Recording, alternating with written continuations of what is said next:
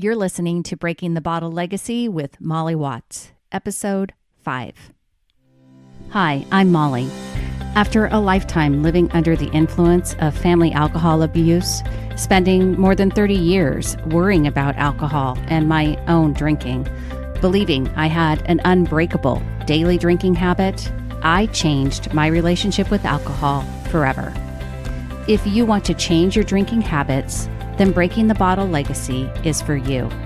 My goal is to help you create a peaceful relationship with alcohol, past, present, and future. Each week, I'll focus on real science and using your own brain to change your relationship with alcohol. Nothing has gone wrong. You're not broken. You're not sick. It's not your genes. And creating peace is possible. I'm here to help you do it. Let's start now. Well, hello and welcome back to Breaking the Bottle Legacy. I am your host, Molly Watts, coming to you from a kind of gray, but not too terrible January day here in Oregon. It's actually January 10th, and it is my 10th day of Dryuary for those of you that are following along. If you're not, I would love you to come to Facebook and find or search for Breaking the Bottle Legacy group, and you can journey along with me as I go through Dryuary. It's been great so far, and I would love to share that journey with you. Today on the podcast, I am super excited to be talking to my first actual interviews and an expert or somebody who is invested in helping people change their relationships with alcohol. His name is Kenneth Anderson, and he is the CEO and founder of HAMS. HAMS is a nonprofit lay-led support group for people who want to change their relationship with alcohol. It stands for Harm Reduction, Abstinence, and Moderation Support. So loved talking with Kenneth about the background, what journey led him here, and just learning more about HAMS. So here is my conversation with Kenneth Anderson. Hello, Kenneth. Thank you so much for joining me today and being on Breaking the Bottle Legacy. I really appreciate you taking the time.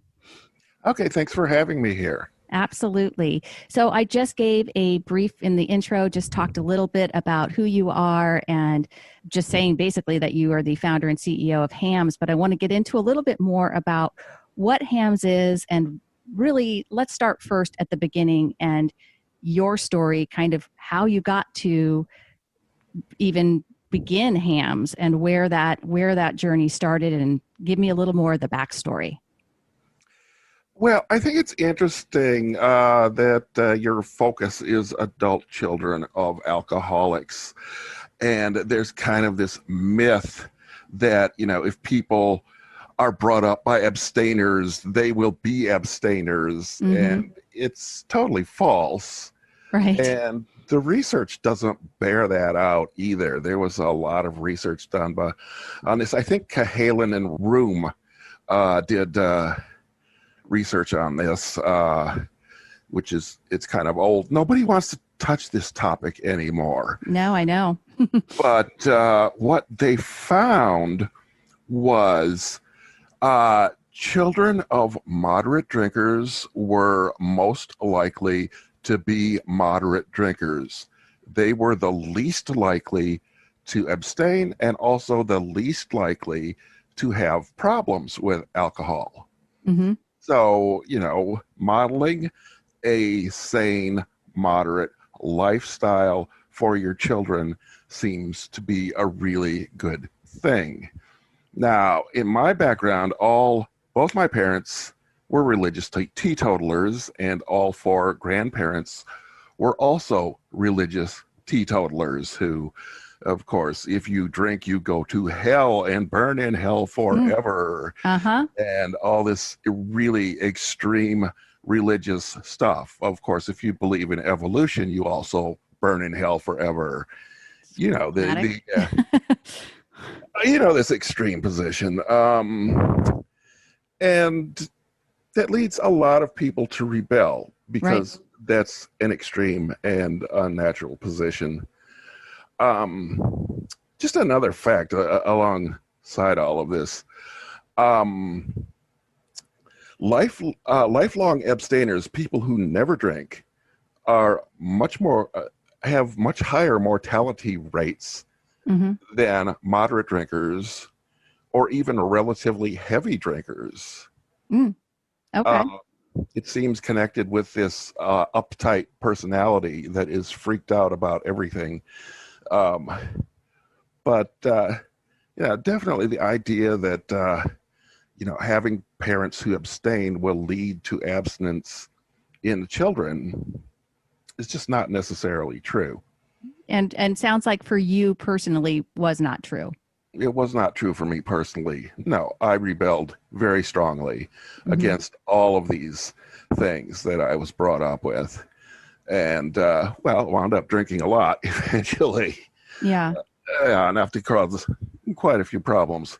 Do you consider yourself, were you ever physically dependent on alcohol? Did you cross that line, do you think? Or were you just, uh, you know, was it impacting your life in any other ways or many other ways? Oh, I definitely met the DSM-5 criteria for severe alcohol use disorder. Um, the the worst of all was when I went to AA Yeah. and drank more than I ever had before in my life. I wound up while I was in AA drinking 5 liters of whiskey in 5 days and Ooh. was going through such withdrawal. I was afraid of a heart attack or a stroke. I mean, the Yeah. pulse was crazy, heartbeat was irregular. I checked into detox, got them to bring me down on Valium so that I didn't, die. Yeah. And I decided that, I had to never go to AA again or it would kill me. It so so that's an interesting, for some people who are listening to this, they believe that AA is, they we're taught, it's sort of ingrained in us from at least for those of us that grew up back in the 70s and 80s, that AA was synonymous with people that had a drinking problem. You went to AA to get help, right? And so for some people that are listening, they may not understand that it's truly not. The efficacy rate of AA has been shown time and time again to not be very to be very low for people. And I know your story obviously is that it actually propelled you to drink more while you were in that program. Yeah, it's interesting. This morning, I wasn't even thinking about this podcast, but in a certain Facebook group, I posted a question. How many people here drank more after you went to AA than before? Mm-hmm. And I had like a dozen people say, oh, yeah, way more after I started AA. I drank way more. Yeah. So, I mean, I'm not here to bash AA and say, don't go if you like it. If you like it, Yeah. go ahead and do it. I have friends that quit their drugs or alcohol with the 12-step programs. I have other friends that quit by joining the Hare Krishnas. Yeah. Whatever you want to do, go ahead and do it. It's not my job to tell you don't do what you want to do. Yeah. Yeah, go ahead. If you like AA, if it fits you, fine. Did not fit me. I thought the theology was horrible. I thought that saying that alcohol is powerful and human beings are powerless Mm-hmm. is ridiculous. The idea that human beings need to be rescued from an inanimate object by an all-powerful God is really bizarre. Mm-hmm. And then if this God is rescuing these alcoholics, why is he letting children die of cancer if he's an all-powerful God? The whole thing makes no sense to me, period. So definitely I was not comfortable there. And, my subconscious just kind of absorbed this whole message that alcohol is powerful and humans are powerless, and just left me completely out of control. And Right. as I told you, the result, so while I was in detox and saying, I am never going to AA again because it will kill me. I need to figure out something better. And that was pretty much the genesis of the harm reduction approach to alcohol. Mm-hmm. Yeah, which I found I love. I found hams in my doing research for my own journey through changing my drinking habits, and also for researching for breaking the bottle legacy, because I as an adult child of an alcoholic and somebody that watched my own mother struggle for 40 plus years and eventually succumb, die of her an alcoholic binge. Um, and she went through 4 different recovery programs, all 12-step based. And clearly it never worked for her, right? Her last attempt was a 9-month inpatient recovery program that was for the quote unquote reluctant to recover. And she drank 3 weeks after she came out. Clearly no longer physically addicted, physically dependent on alcohol at that point, but she could not get her mind around she could never accept or never, I think she battled the ideas and the whole premise of the 12 steps the whole time. She could never buy into it all, and therefore never really ever got to the point where she believed that she had power over it as well, which is one of the reasons that I loved what I've learned about hams in my in all of my research. So let's talk about hams. And for everybody that is never heard about this program before, hams stands for Harm reduction, abstinence, and moderation support. Perfect. So HAMS. Yep, and everybody that follows along with hams is called a hamster, which I Hamsters. love. Yep. So Yeah, a they little bit picked of that name. When we started the group, I said, "What should we call ourselves?" And somebody said, "Should we be hammers?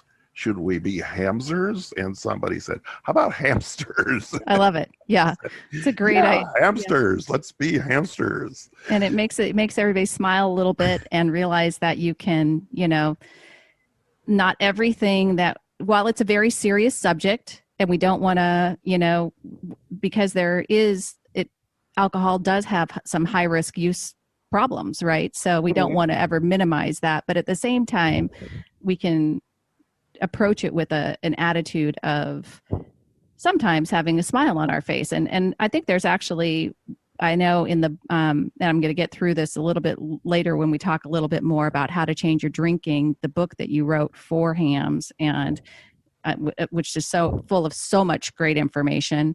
But one of the things that I think people get in their minds is that this journey has to be really hard, and that it's really a challenge for it. And it is a challenge, of course, for some people, but part of the reason that I think that it is, and this is one of the things that I believe, is that I held on to for so long, is that I told myself for so long that it was going to be hard to change. I really held on to that belief for so long. And once I kind of turned my head around on that and realized that I actually was in control, and I could choose what I was doing with my drinking, and that I could assess my own risk reward cost benefits analysis, that it changed a lot for me in terms of also then realizing that it wasn't quite as hard as I wanted to make it sound.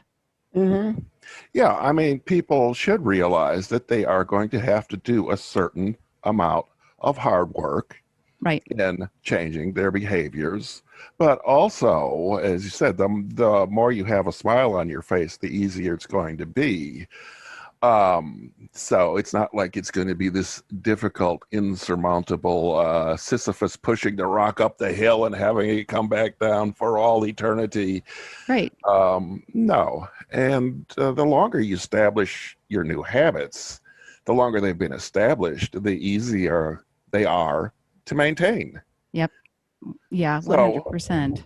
it absolutely gets easier. Yeah, there'll be some struggles in the beginning and some rough times probably, but as I said, the longer you stick with your new habits, the easier they are to maintain. And of course, we support every goal that people choose, whether they want to quit completely, which about half of people with alcohol dependence, as defined by the DSM-4, Diagnostic and Statistical Manual, 4th edition. About half of people will find that quitting completely works best. Mm-hmm. And about half of people will find that controlled drinking works best. Mm-hmm. And we don't try to define for you what controlled drinking should look like. As in, say, oh, if you only have 2 drinks a day, you're okay, but if you have 3, it's horrible. Right. No, in our program, you get to choose what kind of drinking pattern you want, what kind of change you're ready to make. And we always say, if you decide that you want to stop drinking and driving, but still want to get drunk every day, that's a good improvement. We totally applaud that. You can't find any other program that will support that. But really, it's a huge improvement. Right. I love that. One of the things that HAMS, one of your mantras, statements, whatever you want to call it, is better is better. And that whole idea, the whole notion of harm reduction. And let's talk about that notion of and why it's so important in treating, or I don't even like to say treating, but in how we evaluate people as they want to change their drinking habits. This is something that I think is super underserved for people understanding, because a lot of people still think that there's really only, there's only 2 things. There's either people that drink that can handle it and they drink successfully moderately, or they are, they have severe alcohol use disorder and they need recovery. And there's nothing in between. And the idea with harm reduction is that you yourself are the person that's evaluating what it means to find a safe level of drinking for yourself. And you have to look at it. And what I love about the HAMS steps for I think it's the first step, right? That is, or not. We call them. We don't call them steps. We call them elements. Elements, right? Because steps imply that you have to take them in order, and you have to do them one right after another, and you have to finish them all, right? And with HAMS, that's not the case. These elements are, you can apply what applies to you and helps you, or skip what doesn't help you, right? Right. And we always say, if you do one of the elements and your problem is solved, you don't have to do any of the rest of them. Why would you? Right.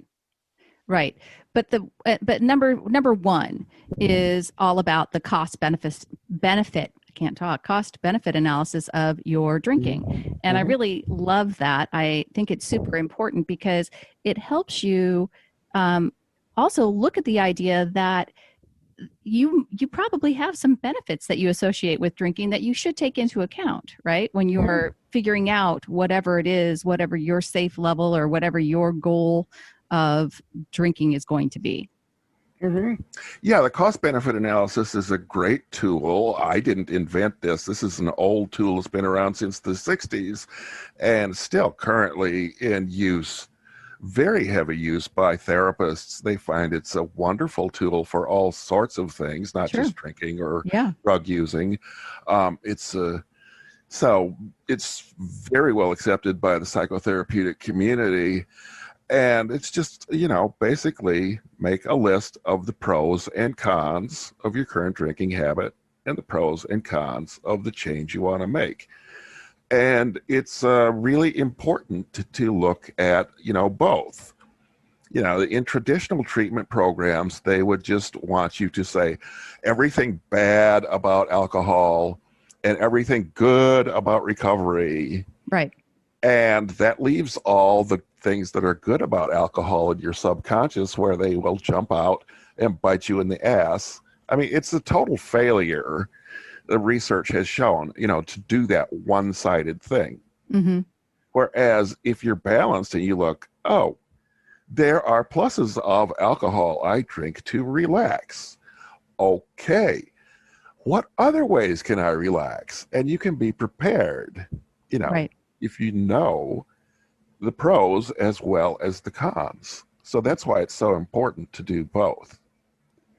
And do you think that people, so what I find too is that people are sometimes suffering for a long period of time. For me, I know personally, I had a lot of, because I am an adult child of an alcoholic, I had a lot of anxiety and worry about my my drinking. Was constantly trying to figure out if what I was doing was, technically safe or not. Looking at all the research, was I considered a moderate drinker, a heavy drinker, et cetera, et cetera. Trying to, uh, like I said, rationalize, I guess, what I was doing as opposed to simply just like this, sitting down and really being able to bring it into the logical side of my brain and realizing for me personally that the anxiety that I was causing myself from drinking was something that I could actually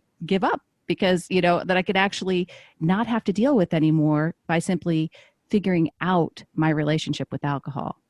So it, that was something again that I think that what I like about the HAMS method is that it supports people figuring out whatever relationship with alcohol they want to have, all the while talking about harm reduction. So for me, like I said, I used to think that I could handle more alcohol than I think I can psychologically.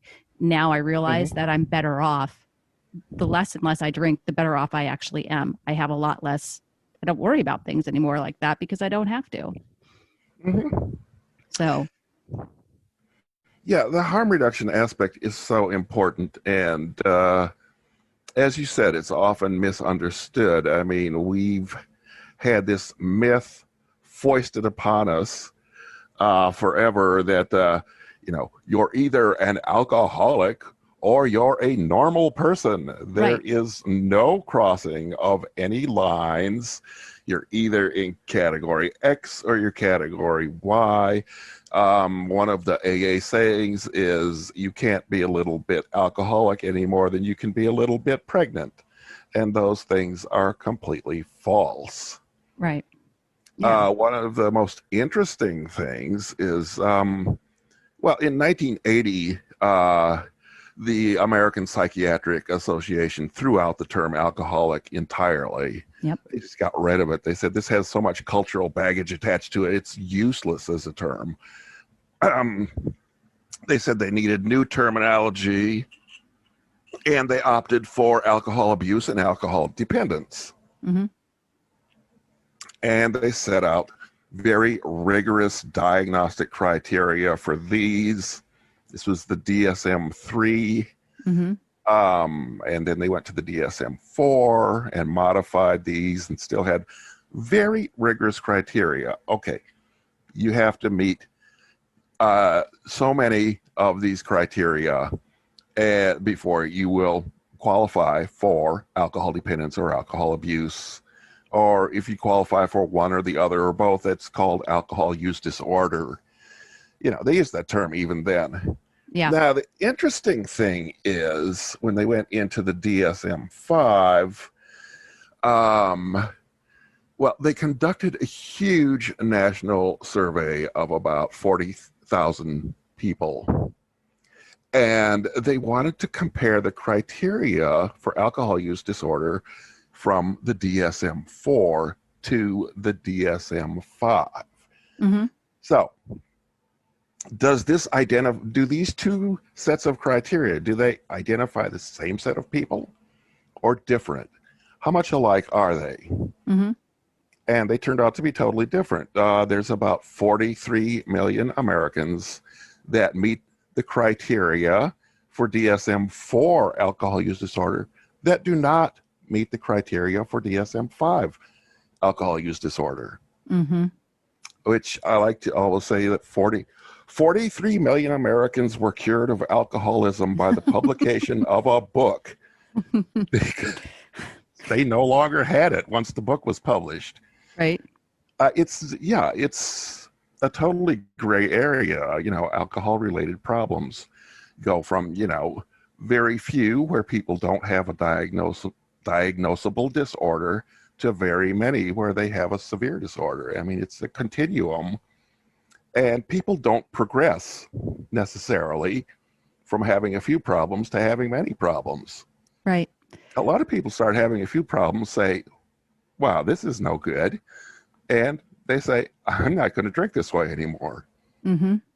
So lots of people, get rid of their alcohol problems long before they hit a diagnostic category. People can change at any point Yeah.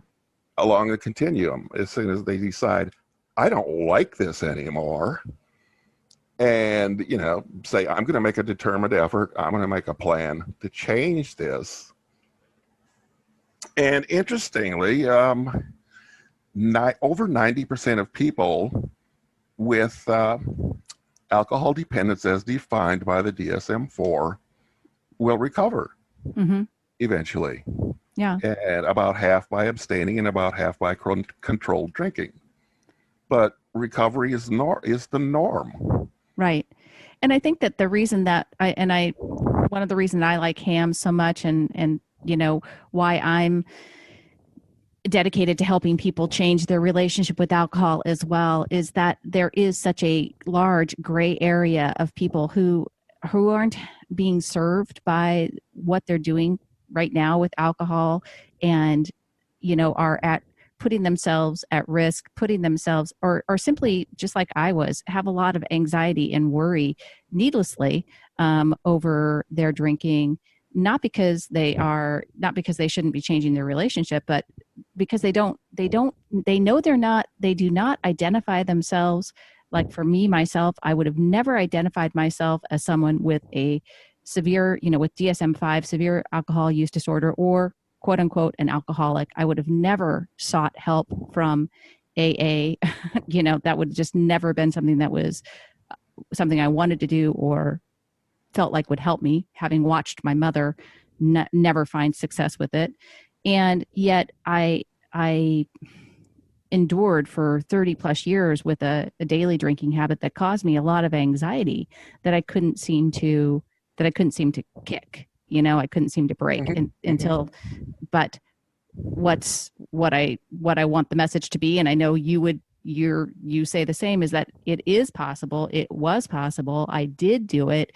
And even while I would say I was never physically dependent, I definitely had a psychological dependence on alcohol that I was able to change. And I believe that, just like you said, most people, whether it be by 90 whatever percent you just told me, most people will be able to find a solution with alcohol that works for them, whether it's a complete abstinence or finding an alcohol, the drinking level that is correct, that works for them.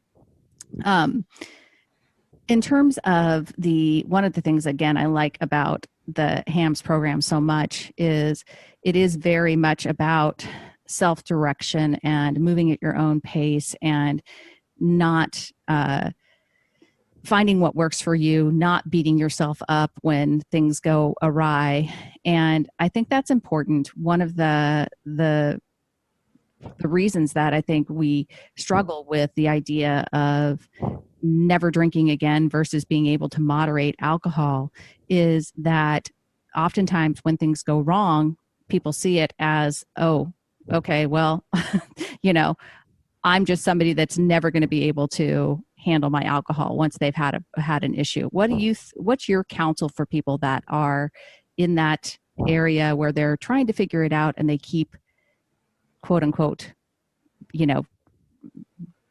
drinking off plan or doing what they don't want to be doing?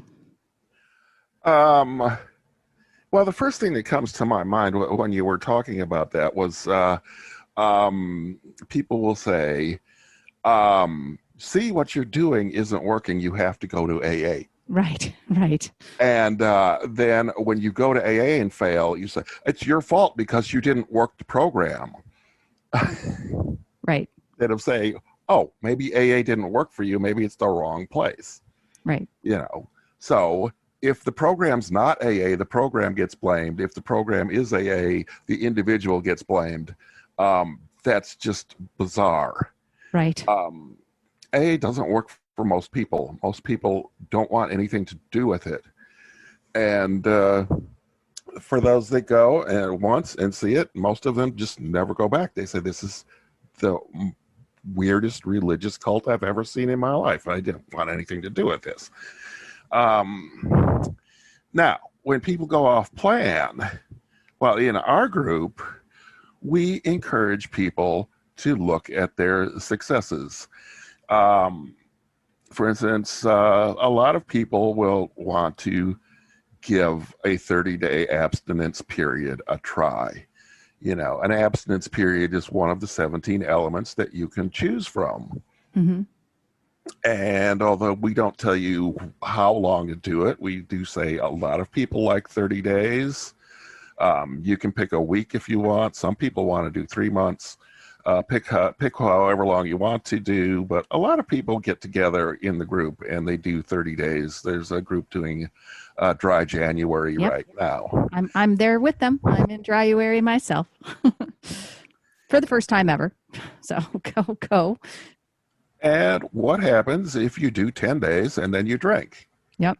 Well, we're going to say, hey, celebrate those 10 days. You had 10 days of success and 1 day of non-success. So focus on that. Do you want to continue? You can start again tomorrow. Do you have to count your days consecutively? Or, do you have to do them all in a row? Or can you just count the total? Right. It's up to you, if you do 10 days, you drink once, do you start again from 0 or do you start again from 10 days? And it's up to you, however you want to add your numbers up. But we just want you to realize that, you had 10 days of success. Now you can try for another 10 days of success or another 20 days of success, whatever your goal is. So don't get too obsessed about slipping up just one time. Yeah. And I think that's, the challenge for people. And one of the things that I see, and I'm fairly active in the HAMS Facebook group and watching people too, is that propensity to really beat yourself up and beat themselves when people drink off plan or fall off, a alcohol-free streak, is the propensity to put a lot of self-judgment on that and really get down. And of course, the problem with that whole idea is that when you feel really bad, what do you tend to do? You want to stop feeling bad. And for people that have developed a psychological relationship with alcohol, they tend to then want to drink when they feel really bad. That whole idea of emotional buffering. And so we really have to, that's again, one of the reasons I enjoy the HAMS mantra so much, and all of the ideas surrounding it, is that you guys, there is no element of recrimination or, you've done poorly, it's bad, you have to start again or whatever. It's all about praising the success and trying to encourage at least some evaluation of your progress. I know that's another one of the elements, is really being able to look at that when you do step off, figuring out the why behind it. Mm-hmm. Yeah, the late Dr. Alan Marlatt, who's one of our supporters, did a lot of research on this, and he found that the more people beat themselves up after a slip, the worse the slip got, the bigger the relapse. Right. So, he taught people, to forgive themselves immediately and start over immediately. No self-recriminations. Okay, you made a slip. And having one drink doesn't mean that you have to have 50 drinks. Yeah. Yeah. And it doesn't, drinking 1 day doesn't mean you have to drink 100 days. The quicker people can forgive themselves and say, oops, messed up. Okay, let's get going again. The better they do. The one thing that I think is interesting too, and I sometimes when I'm seeing people, and yes, I totally understand the supportive aspect of HAMS, which is why one of the reasons that I really enjoy it and think it's so great. I think people do tend to want to get, there is an element of HAMS. You're not going to change your drinking without working on it. That's the one thing that I think that you have to understand is you coming in and, if you're continually not striving to get better, you won't get better. I mean, that's just, there is no change without you actually working on it. Even just listening to all the elements, doing, better is better, but you have to actually make some plans to get better or you won't.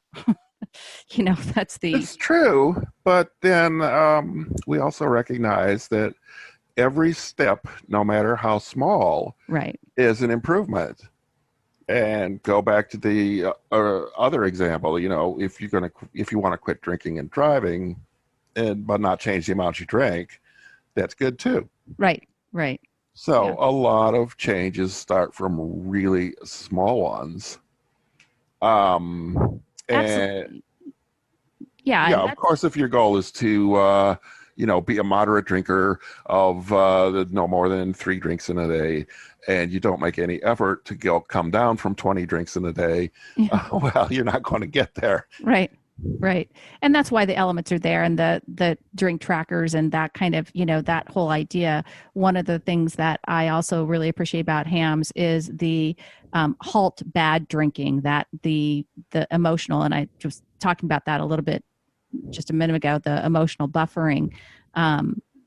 One of the reasons that a lot of people tend to, use alcohol is, and one of the things that I really found for myself was the trying to, which is counterintuitive now to me, what's funny is that I drank to relieve the anxiety that I caused myself by drinking, which then I drank to, it's a vicious cycle.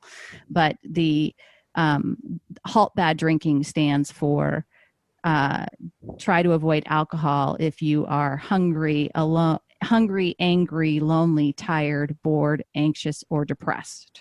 Mm-hmm. And that's from the book How to Change Your Drinking and A Harm Reduction Guide to Alcohol. But do you find that I mean, is that, I don't know, in the research that you did for your book, was that something that and I know that the halt came from, I think, from AA, and then we added bad, but it's the same theory in terms of just if you're trying to change your drinking, avoiding alcohol when you are in those negative emotional states, because it really doesn't help.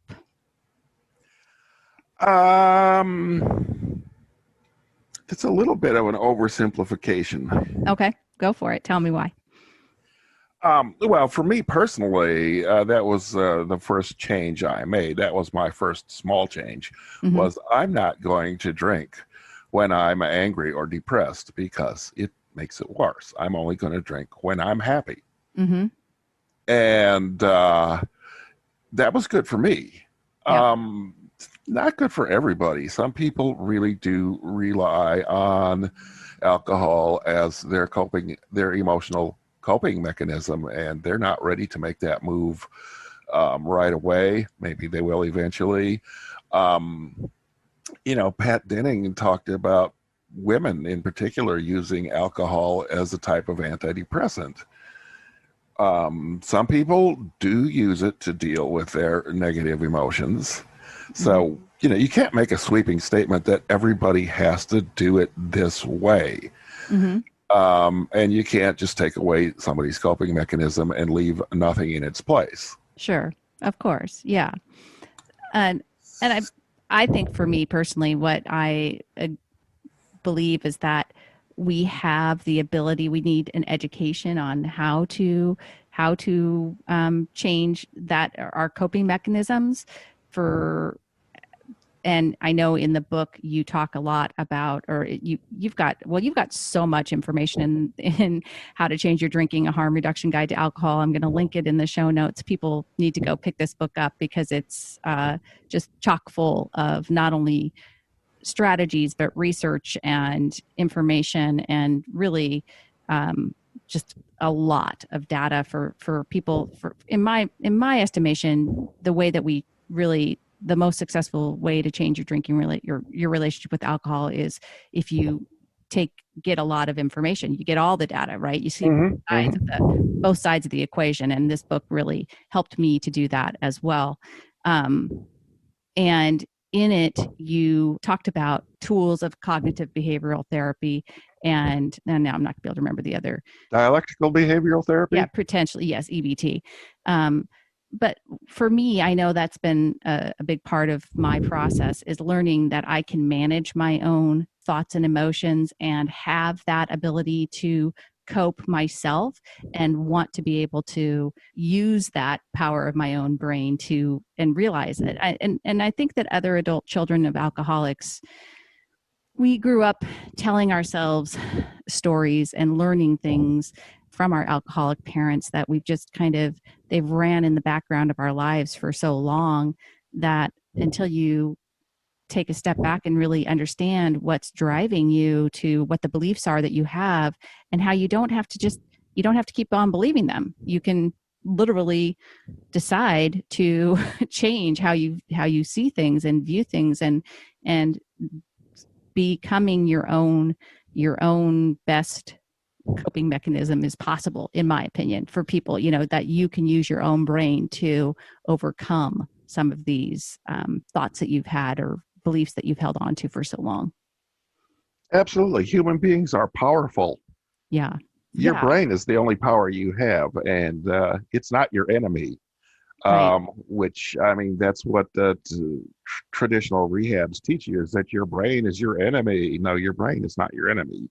Your No. brain is your best friend. Your brain is the only thing that's going to get you out of this. So Yeah. you have to become the master of your own mind. Right. And there are various ways to do that. Um, basically, I think they basically break down into two ways. And one is Stoicism, and Yep. one is Buddhism. Yep. These are the two paths that go back thousands of years of mental control.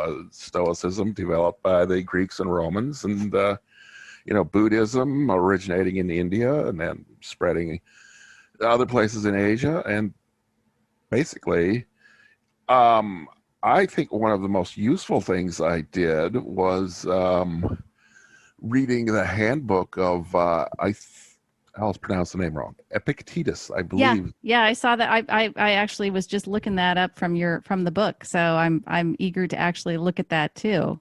You read that it's not that long, like 46 something pages like that, but it's Yeah, I think you used the word pithy. It's kind of pithy. it's very pithy. I think it's, if I remember, it's 46 chapters, and each chapter is like 1 to 2 paragraphs. So I would read one per day, Yeah. because that's enough to digest. Yeah. But yeah, So these that's are, I something you mean, sit down and read through all at once and right. absorb. But, Right. reading one per day and going through that, I found that just a tremendously useful exercise. Um, of course, if you prefer a book that was published last year instead of one that was published 2,000 years ago, that's good too, because there's a lot of good current literature written too. But it stems right directly from Epictetus. If you read Albert Ellis, um, who invented rational emotive therapy, that's Hmm. the father of cognitive behavioral therapy. Um, yeah, he says right out, yeah, I got all this stuff from the Greeks and Romans. What's really funny about that is that I feel like that is kind of this cognitive behavioral therapy and rational emotional emotive therapy. I feel like that stuff is so largely ignored in our upbringing and schooling. And it's really like the key to life. I mean, honestly, if you figure out how to manage to manage your mind, whether it's drinking or any other habit that doesn't serve you, you're going to be far better off once you get the handles of, in my opinion, either, just like you said, either Buddhism or cognitive behavioral therapy, rational emotive therapy. Those things really help you with just about anything that you're trying to accomplish in your life. Hmm. Yeah, me being a very rationalistic type person, a very head person, I like the Stoic perspective Yeah, me too. better. Yeah. I'm, That comes more natural to me. But a lot of people like more of the dialectical behavioral therapy, which is a Buddhist influenced approach, and that works great for them. There's a lot of similarities between the two as yeah. well. Yeah. For sure. And it's, just like you said, it's about finding whatever's going to help you support your own goals. But I think that for me, like I said, for my journey, that was definitely a big part of it, was understanding.